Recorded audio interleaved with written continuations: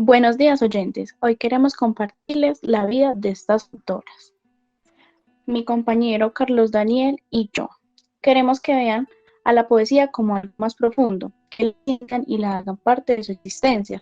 Nos vamos a entrar con esas autoras a una poesía intimista, llena de expresión de las emociones y entrando en los sentimientos más íntimos de una de ellas. Muchas gracias, Ana María. Bueno, para comenzar, eh, vamos a hablar de Blanca Varela. En el año de 1949, una joven peruana de solo 23 años dejaba su barrio en Santa Beatriz para buscar su futuro en París, la ciudad de las artes y las letras, y con el tiempo se convirtió en una de las poetas más grandes de América Latina. Se dice que su poesía es profunda, que te penetra el alma. Esta poesía se hizo mucho más profunda tras la muerte de su hijo. Con amigos latinoamericanos como Octavio Paz, conectándola además al círculo de intelectuales latinoamericanos y españoles radicados en Francia, Blanca se sintió más latinoamericana y peruana en Francia, lo que la llevó a escribir su primer poema, Puerto Supe, que en 1959 dio inicio a Ese puerto existe, poemario que publicó a insistencia de Octavio Paz. Su hijo menor murió en un accidente aéreo. Desde ese día, Blanca nunca fue la misma. Pero esto trajo una doble bendición, escribiendo su más significante poesía, pero por otro lado, significó la muerte en vida. Si me escucharas, tú muerto y yo muerta de ti, si me escucharas. Hálito de la rueda, cencerro de la tempestad, burbujeo del cielo, viva, insepulta de ti, con tu oído postrero, si me escucharas. Lo dice Blanca en Concierto Animal, poemario publicado en 1999, 3 años después de la muerte de su hijo. Sus obras han sido traducidas a diversos idiomas, pero su éxito internacional se contrasta con sus escasas apariciones públicas y entrevistas. El poder de sus descripciones cautiva a sus lectores y los lleva a mundos de un misticismo que se esconde tras palabras cercanas y tangibles. Esto se puede apreciar en los poemas Es fría la luz, Morir cada día un poco más y Visitación. Lo mismo escribió poemas breves e intensos que largos cantos acerca de la condición humana, aquella que yace en los ríos subterráneos del inconsciente. Blanca Varela fue una poeta que trasciende su soledad existencial en las palabras. Su lector debe volverse solidario, sufrir en carne ajena algo tan personal. La proposición central del universo poético de Blanca Varela se centra en la plasticidad de sus tonos melancólicos, aquellos que quebrantan a la palabra, la que está puesta en plato de pobre. Sus temas esenciales son el amor, el desencuentro, los personajes mitificados, la recuperación propia de la identidad, la incomunicación, el recuento, la necesidad del balance. Octavio Paz escribió sobre su obra lo siguiente: Blanca Varela es una poeta que no se complace con su canto, con el instinto del verdadero poeta. Sabe callarse a su tiempo. Su poesía no explica ni razona, tampoco es confidencia. Es un signo, un conjuro frente, contra y hacia el mundo. Una piedra negra tatuada por el fuego y la sal, el amor, el tiempo y la soledad, y también una exploración de la propia conciencia. Ana Cristina César, poeta, traductora y profesora brasileña. Perteneció a la antología llamada 26 Poetas del Hoy. La poesía marginal se acabó quedando conocida también por ser parte de este movimiento. Tener una fuerte conciencia crítica en la poesía dentro de él era lo que más importaba, sobre todo por la condición de las mujeres en la sociedad. Características más importantes de su poesía. Unas de las relaciones de la literatura y su vida agudizaban la fina línea que separaba la autobiografía de la ficción. Ana hablaba de su poesía y decía que era parte de su vida parodiando la vida real. Un tono muy confesional que aparece en las obras de Ana Cristina. Poesía de carácter intimista, informal, con conciencia reflexiva sobre la existencia misma, conciencia críticas y poemas burlones, claramente demostrando la conciencia del constructor creativo y artificial. Sus enfoques fueron literatura femenina, relación entre la literatura e historia, invención y confesión, originalidad e intertexto. A continuación, veremos un poema muy reconocido de la autora, que se llama El Soneto, un poeta pequeño con versos libres.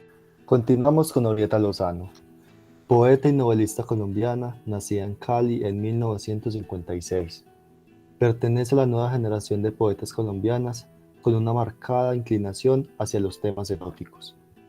Orieta Lozano nació entre el Cañadosal del Valle y la Salsa Brava. Es poeta como pocas, es mujer como muchas, con la frente pasiva, los ojos altivos, negros o cafés o verdes, depende del genio, y lejanos. Tiene la valentía que dan los siglos de sumisión y que se impregnan los genes como el rastro de las cenizas en las que se convirtieron cientos de mujeres quemadas, asesinadas, golpeadas. Orieta Lozano fue directora de la Biblioteca del Centenario de su ciudad natal. Con una obra que rompió los convencionalismos poéticos y se arriesgó a expresar los límites de la razón humana, sus poemas son visiones oníricas donde el amor y miedo se confunden, donde conviven ángeles y demonios que buscan desesperadamente un gesto de ternura que los redima. La esperanza en el callejón sin salida, el estigma de la carne, el gozo elevado a la altura de la muerte. Aún no sentías la herida arrojada a mi elevada fiebre. Con amor carnal, con tus sentidos, gozabas que te atara a la arcilla de este mundo, y tu corazón vociferaba allí donde más unido a mí te estremecías. No pensabas la traición de repudiarme, dos cuerpos, mi Agustín, en un alma para siempre fusionados. Temiste tembloroso por la perdición de tu alma y abandonaste imperturbable a quien tanto amabas. Yo era la elegida, ahora te silencias y nuestro último encuentro está perdido. Viaja mi amor como una inútil mercancía. Qué desatino, nuestro amor abandonado como un enjambre de gusanos, como enfermas perlas esparcidas por el viento. Qué furor, aunque te arranquen los ojos, verás el lecho temblar como tembló tu corazón, como tembló tu lengua entre el aire de mi boca, y de nuevo tus manos se aferrarán al goce de mi cuerpo como un náufrago a su barco. No te nombro por temor a que el viento lo diluya, pero sabes bien que de todos los nombres Estas son algunas de sus palabras. La poesía, después de todo, tiene una función física, orgánica, funcional, maquínica. Abrir el umbral del infinito, romper el círculo del tiempo, restaurar un hueso quebrado, arrancar alambres de púas, destapar un agujero, absorber el aire, resolver un enigma, bosquejar una ciudad en un campo cristianemos. Palabras, palabras que se comen todos los días. Hay quien se pasa la vida entera leyendo sin conseguir nunca ir más allá de la lectura. Se queda pegado a la página. No entiende que las palabras son solo piedras puestas atravesando la corriente del río. Si están allí, es para que podamos llegar a la orilla. La otra orilla es lo que importa. Y Orieta Lozano ya construyó ese puente. Seguiremos con esta poeta cubana, Carilda Oliver. Con su erotismo e unión sexual con el sujeto masculino, Oliver se convirtió en leyenda en su tierra natal y trascendió las fronteras de la diminuta isla caribeña con su poesía. Una poeta romántica, paciente y esperanzada.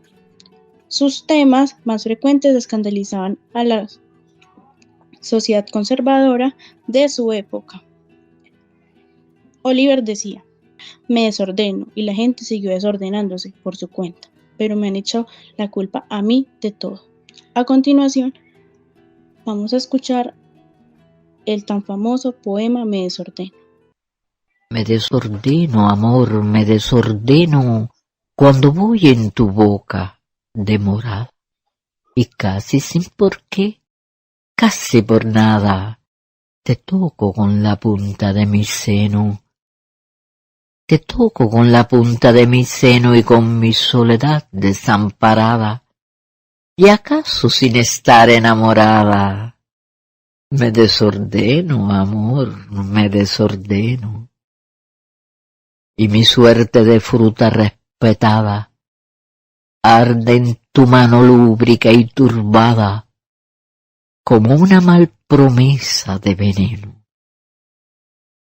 Y aunque quiero besarte arrodillada, cuando voy en tu boca demorada, me desordeno, amor, me desordeno.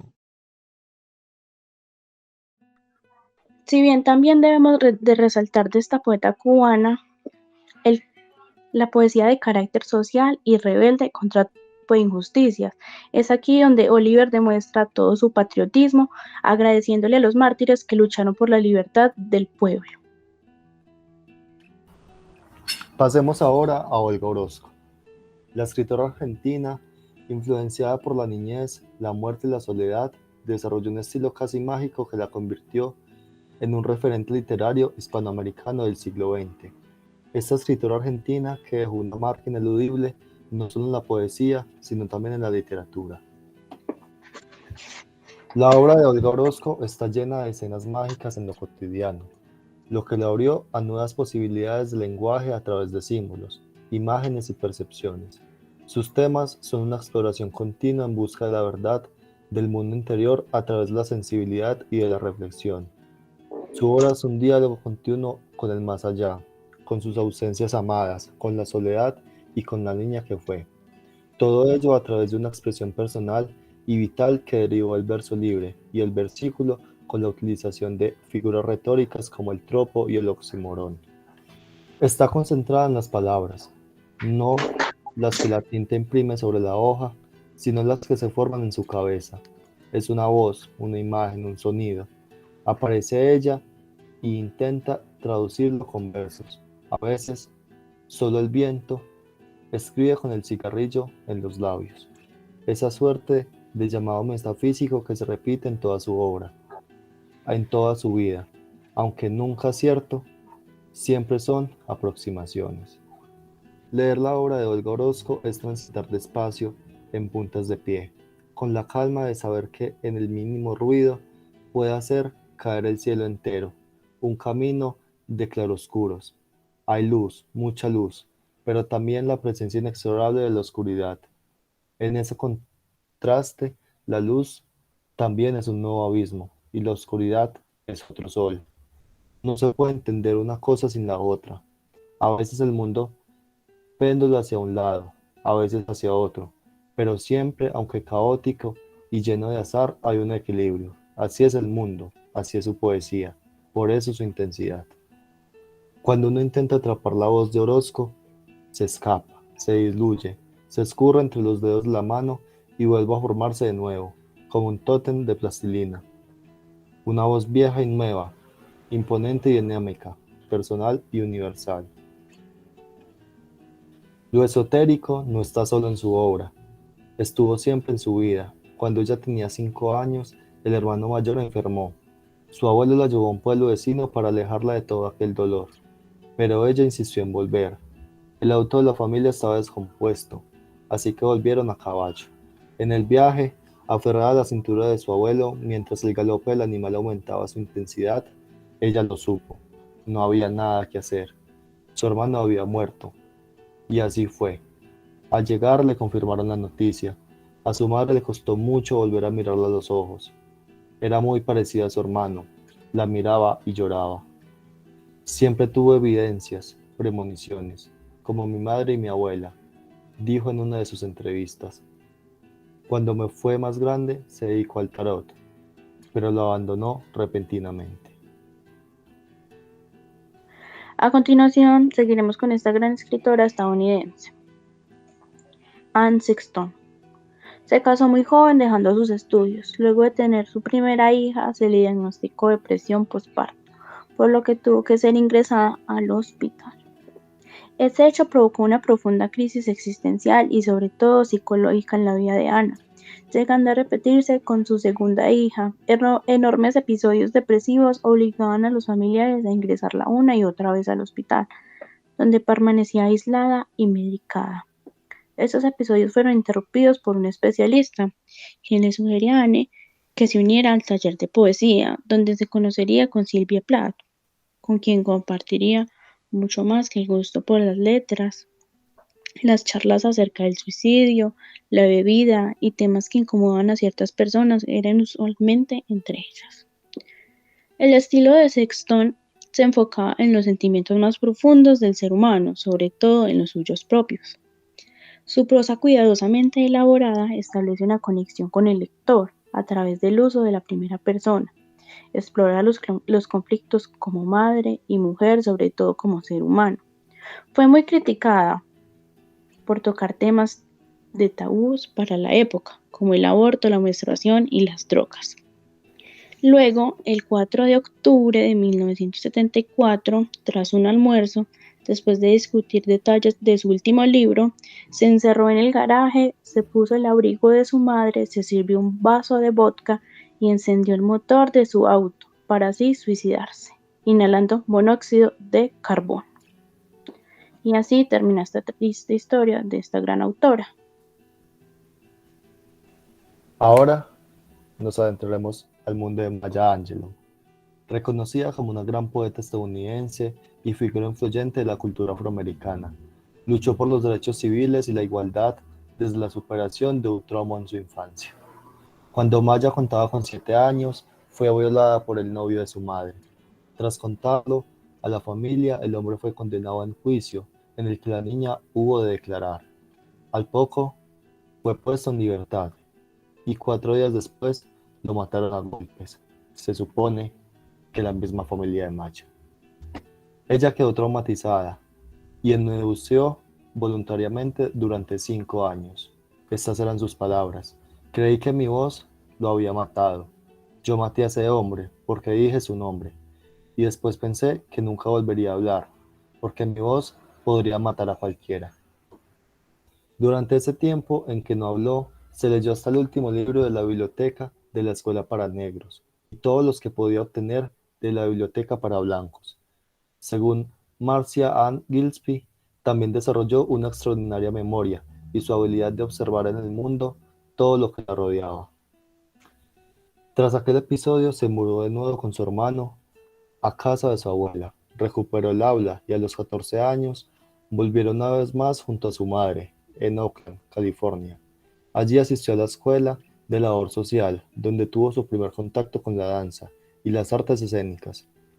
Antes de acabar sus estudios, su madre la animó a obtener su primer empleo, así que fue a la oficina que contrataba a los conductores del teleférico de San Francisco y se sentó a leer literatura rusa hasta que la contrataron.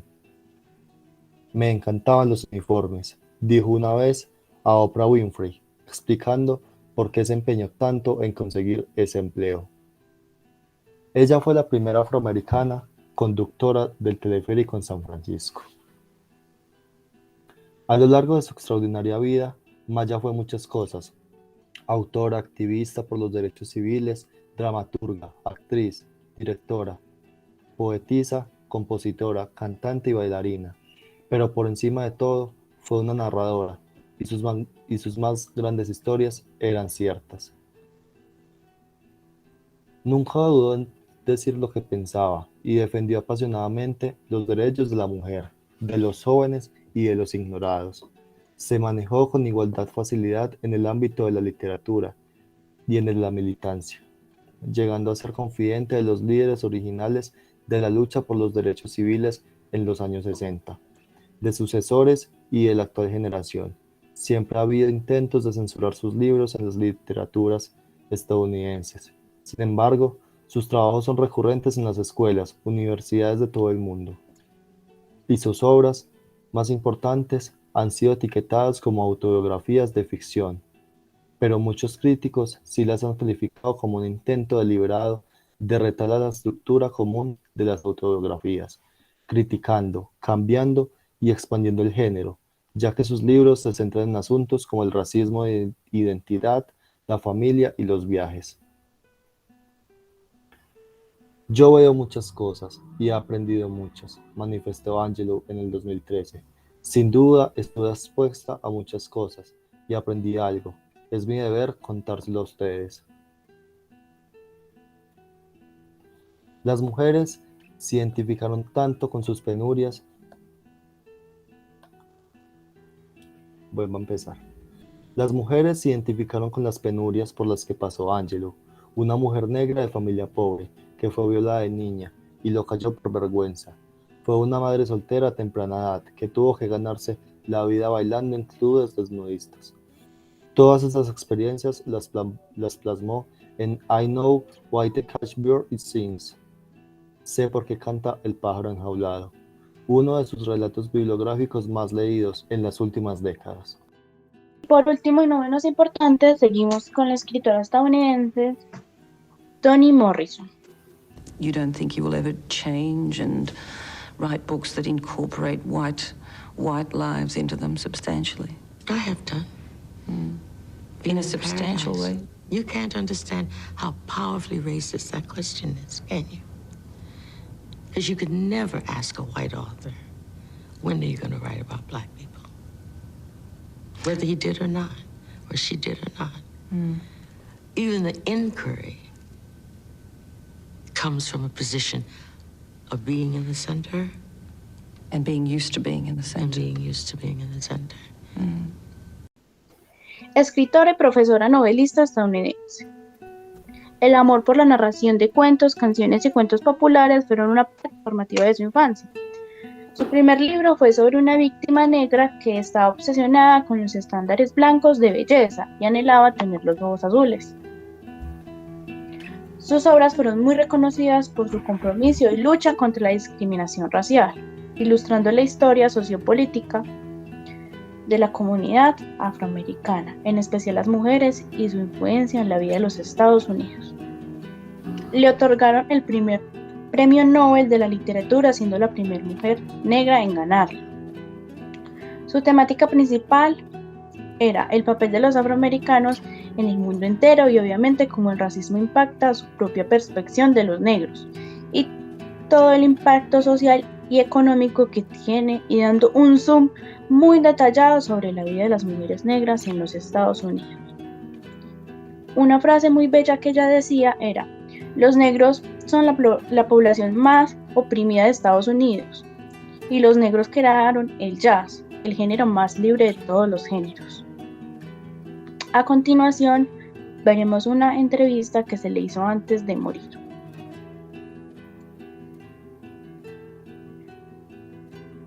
Con esto concluimos, queridos oyentes. Espero que hayan podido adentrarse un poco en la vida de estas mujeres y de esta forma poder comprender más su poesía y además con esto disfrutarla mucho más. Los dejamos y nos vemos la próxima. Adiós.